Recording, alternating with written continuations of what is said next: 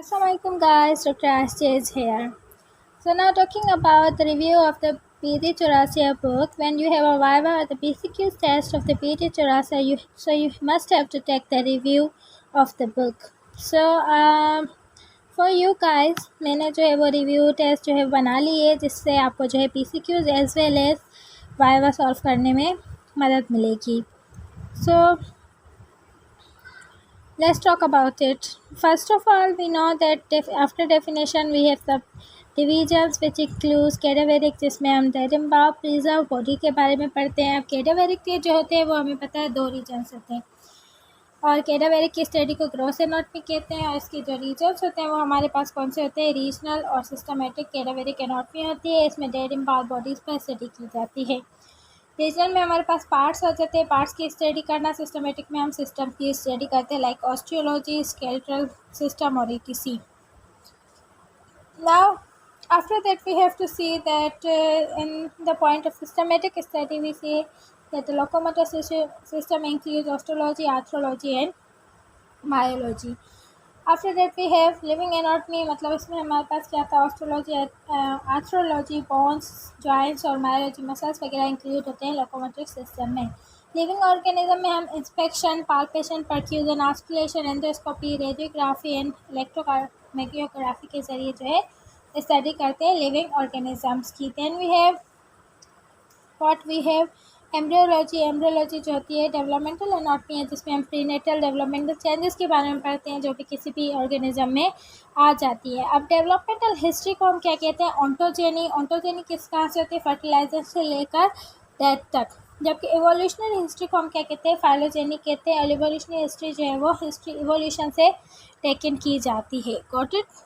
Now moving to the next point, that is histology. Histology जो होती है microscopic anatomy होती है. इसमें हम माइक्रोस्कोप के ज़रिए ऑर्गेनिजम्स की और माइक्रोस्कोप के ज़रिए ऑर्गन्स की और टिश्यूज़ की, सेल्स की स्टडी करते हैं. Okay, deep study by microscope is called histology. After that we have surface anatomy. Surface anatomy को हम टोपोग्राफिक एनाटॉमी भी कहते हैं. इसमें हम डीपर पार्ट्स और बॉडी की स्टडी करते हैं in relation to skin surface के स्किन के सरफेस से. जैसे हम क्या करते हैं? आर्टरी को पालपेट करते हैं.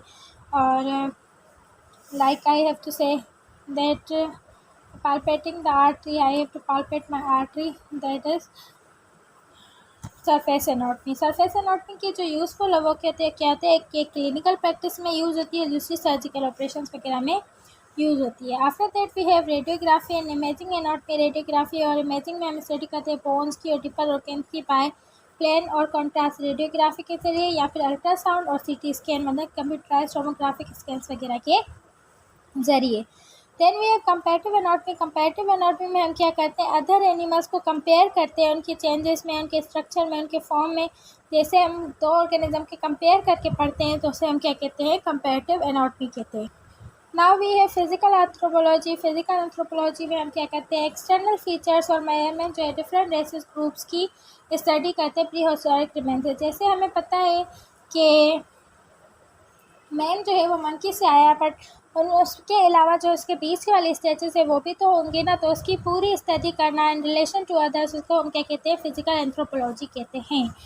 Now another branch we have is applied anatomy. Applied anatomy को क्लिनिकल एनाटॉमी भी कहते हैं. इसमें हम क्या करते हैं? एनाटॉमिकल नॉलेज को यूज़ करते हैं मेडिकल और सर्जिकल प्रैक्टिस में.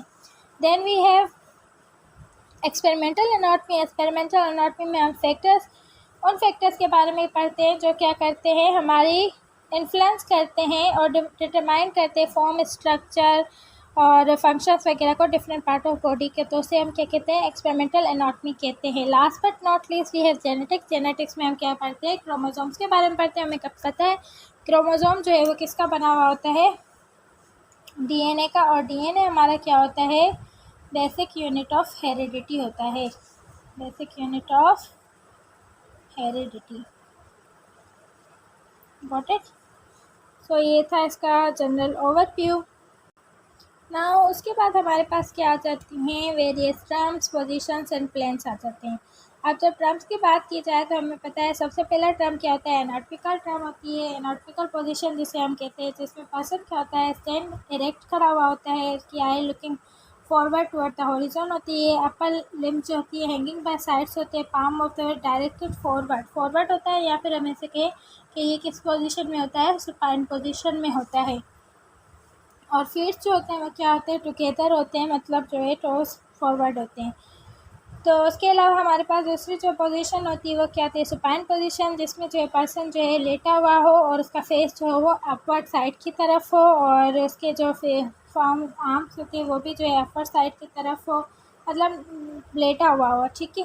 उसके बाद अगर वही सेम जो सुपाइन वाली पोजीशन है उसमें जो है पर्सन क्या होता है, उल्टा लेट जाए, मतलब कि बैक के बदले अपने जो है वो चेस्ट पर, एब्डोमिनल कैविटी पर और फेस पर लेट जाए, तो उस पोजीशन को हम क्या कहते हैं, प्रोन पोजीशन कहते हैं। Then after prone position we have lithotripsy position. Lithotripsy position में हमारे पास क्या होता है कि हम जो है डिलीवरी के लिए यूज़ होता है, जिसमें सेम पोजीशन होती है सुपाइन, बट उसमें जो हमारी जो टांगें होती हैं वो क्या होती हैं, स्ट्रेचर के साथ वी शेप कर्व में लगी हुई होती हैं, ठीक है। अब हम जब बात करें प्लेन्स ऑफ बॉडी की, तो हम सिंपल जो है वो इसे कैसे पढ़ सकते हैं।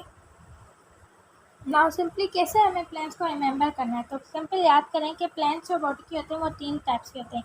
मीडियल को मेसेकाइटल प्लेन कहते हैं, कोरोनल को फ्रंटल कहते हैं, ट्रांसफर को हॉरिजॉन्टल प्लेन कहते हैं। अब मेसेकाइटल या मीडियल प्लेन क्या होता है, वर्टिकल होता है, ये बॉडी को राइट एंड लेफ्ट साइड में डिवाइड करता है, और इसके एजेस क्या होते हैं, anterior and posterior medial lines होती हैं।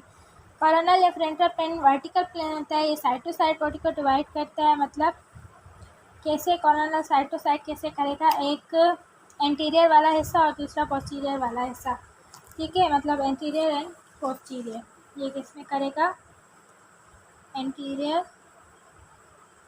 और पोस्टीरियर में। देन और ये क्या होता है, right angle to median plane होता है। देन वी हैव ट्रांसफ़र, जिसको हम हॉरिजॉन्टल प्लेन भी कहते हैं। हॉरिजॉन्टल प्लेन क्या करेगा, अपर एंड लोअर पार्ट में डिवाइड करेगा, और राइट एंगल जो होते हैं ये किसके साथ होते हैं, मिड सेकाइटल और सेकाइटल और कोरोनल प्लेन के साथ ये क्या होता है, राइट एंगल होता है। अब जब हम मूवमेंट्स की बात करें तो वी हैव एक्सटेंशन। एक्सटेंशन में हमारे पास क्या होता है, मूवमेंट टुवर्ड डोर्सल सरफेस की तरफ मूव करना, उसे एक्सटेंशन कहते हैं। यहाँ पे जिसमें एंगल क्या हो जाए, इंक्रीज हो जाए, एंगल क्या हो जाए, इंक्रीज हो जाए, तो उसे भी हम क्या कहते हैं, एक्सटेंशन कहते हैं। वाइल जब हमारे पास एंगल क्या हो जाए, डिक्रीज हो जाए, या फिर वेंट्रल सरफेस की तरफ मूव हो जाए, तो इसे हम क्या कहते हैं, फ्लेक्शन कहते हैं। Hope you got my points. The next position which we have is और next movement which we have is pronation and supination। ये किसकी movements होती है, forearm और hand की। pronation का मतलब क्या होता है कि ऐसे, ये क्या है, प्रोनेशन पोजीशन है, प्रोनेशन, और ये क्या है, सुपिनेशन है, मतलब ये सुपिनेशन, ये प्रोनेशन, ये सुपिनेशन, ये प्रोनेशन। प्रोनेशन किसके लिए यूज होती है, जब हम कोई चीज़ पिक कर रहे होते हैं, ये मैं पिक कर रही हूँ तो इसे क्या कहेंगे, प्रोनेशन कहेंगे। वाइल जब इसको ऐसे रखना हो, या मतलब जो फूड की ईटिंग के लिए ऐसे खाना खाया जाता है ना, तो उसके लिए जो हमारे पास पोजीशन यूज़ होती है वो कौन सी होती है, सुपाइन पोजीशन होती है, ओके। देन हमारे पास फुट की मूवमेंट्स को हम क्या कहते हैं, इन्वर्जन और रिवर्जन कहते हैं। अगर फुट जो है invert solo, for example this is my foot, ये ऐसे इन्वर्ट फोल्ड हो रहा है तो इसे क्या कहेंगे, इन्वर्जन। और ये जो है वो आउटवर्ड फुट फोल्ड हो रहा है तो इसे हम क्या कहेंगे, इवर्जन कहेंगे।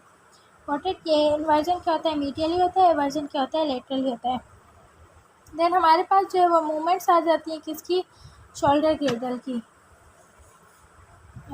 थोड़ा जूम करते हैं।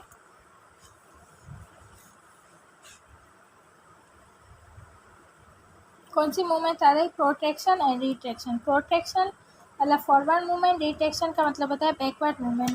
Movement of the shoulder Gradle को हम क्या कहते हैं, प्रोट्रैक्शन और रिट्रैक्शन कहते हैं। उसके अलावा हमारे पास ये जो प्रोट्रैक्शन और रिट्रैक्शन मूवमेंट होती है वो जाज में भी होती है। अगर माउथ को हम ओपन करें और इस डायरेक्शन में मूव करें तो वो क्या होगा, प्रोटेक्शन, और वापस क्लोज कर ले तो उसे क्या कहेंगे, हम टर्म्स ऑफ लेटरलिटी पर। लेटरलिटी क्या होता है, ये पहले भी मैं अपनी वीडियो में एक्सप्लेन कर चुकी हूँ कि हमारे पास जो लेटरल क्या होता है वो प्लेन होता है। अब अगर जो है वो सरफेस स्ट्रक्चर राइट और लेफ्ट वो दोनों पर हो तो उसे हम बायलेटरल कहेंगे। जैसे अगर हमारे पास क्या होता है, लेफ्ट और राइट दोनों साइड पे जैसे ईयर्स होते हैं तो वो बायलेटरल होगा, और सिर्फ वन साइड पे होके जैसे स्प्लीन, वर्मिफॉर्म और वर्मिफॉर्म अपेंडिक्स वगैरह है तो यूनिलेटरल होगा। और इसके अलावा सेम साइड पर हो, सेम साइड ऑफ बॉडी पर हो तो उसे एप्सिलेटरल कहेंगे। मतलब दो को कंपेयर कर रहे हैं, लाइक राइट हैंड और राइट फुट जो है हमारे क्या है, एप्सिलेटरल है। और कॉन्ट्रालेटरल का मतलब होता है अपोजिट साइड, जैसे राइट फुट या लेफ्ट फुट या फिर लेफ्ट हैंड, ये क्या है, एप्सिलेटरल है एक दूसरे के साथ। Got it? Now coming to the point why anatomical position are use, मतलब विदाउट एनाटॉमिकल टर्म्स क्या होगा, मतलब एबनॉर्मल फंक्शन ऑफ जॉइंट्स हो जाएगा, action of muscles, alternation of position of organs, exact location of swelling और tumours हम जो है वो सही तरीके से डिस्कस नहीं कर सकते। That's why we have the anatomical position. Okay सब, तो सही तरह से डिस्क्रिप्शन के लिए हमारे पास कन्वेंशनल रेफरेंस क्वेश्चंस होते हैं और उन रेफरेंस क्वेश्चन को हम क्या कहते हैं, एनाटॉमिकल पोजीशंस कहते हैं, जो all directional and movement description based करती है इस पोजीशन पे। इसमें हमारे पास क्या होते हैं, 4 ज्योमेट्रिकल प्लेन्स होते हैं जिसमें से 3 राइट एंगल होते हैं और वो अप्लाई होते हैं इस पोजीशन पर। Got it? प्लेन्स का जनरल ओवरव्यू, प्लेन्स और ये बॉडी डिवाइड मीडियन होगा तो equal right and left plane से sagittal coronal equal right and left half में, कॉर्नर में anterior, frontal and posterior back portion में डिवाइड होगा, हॉरिजॉन्टल में अपर एंड लोअर पार्ट्स में, ट्रांसफर में क्रॉस सेक्शनल ओरिएंटेशन होगी। ओके, हॉरिजॉन्टल और ट्रांसफर जो है हमेशा सेम नहीं होते। लाइक जैसे हमारे पास ये क्या है, फीट है, फॉर एग्जांपल फीट। अब ये क्या कर रहा है, ये अपर एंड लोअर को डिवाइड कर रहा है तो इसे हम क्या कहेंगे, ट्रांसवर्स। और ये भी क्या कर रहा है, अपर एंड लोअर कर रहा है तो इसे हम क्या कहेंगे, हॉरिजॉन्टल कहेंगे। मतलब अपर एंड लोअर जो है हमेशा सेम नहीं होती, तो हम जो है इन्हें अलग अलग भी यूज़ कर सकते हैं, वैसे जनरली ये सेम होते हैं। अब जब हम बात करें किसकी, पोजीशन की, मतलब जो है तो वो हमारे पास क्या होती है, एंटीरियर जो होता है उसे हम वेंट्रल या फ्रंटल भी कहते हैं। पोस्टीरियर डोर्सल या बैक होता है बॉडी का। ओके, दोनों बॉडी कहते हैं। पार्मल और डोर्सल की बात की जाए तो हम हैंड की बात करें, anterior of the hand is called palmar while posterior of the hand is called dorsal. And if we are talking about the plantar and dorsal, that means we are talking about the foot. foot की जो sol surface है उसे plantar कहेंगे और dorsal वाले को हम upper surface, जैसे हमारे पास डोर्सिफ्लेक्शन होती है ऐसे और प्लांटर सरफेक्शन होती है ऐसे फुट में। Now near to median plane medial कहेंगे, farther away from median plane तो सिलेक्ट्रल कहेंगे। सुपीरियर एंड इंफीरियर का मतलब होता है हाई एंड लो, किसी भी हम अपर या लोअर पार्ट को बॉडी को रेफरेंस लेकर उसे सुपीरियर और इन्फीरियर करें तो हाई लो कहते हैं। सुपीरियर को हम कार्डिनल भी कहते हैं और फिर इन्फीरियर को हम कॉर्डल भी कहते हैं। टूवर्ड्स टेल और क्रेनियल का मतलब होता है टूवर्ड्स द हेड और cranium. Then we have proximal और डिस्टल। प्रॉक्सिमल जो होता है closer to the core, distal away from the core. Proximal और डिस्टल में हमारे पास क्या होता है, रिलेशन करते हैं रूट ऑफ अटैचमेंट। जैसे हम कहें कि ये हमारे पास शोल्डर है और ये जो है एल्बो है और ये हैंड है।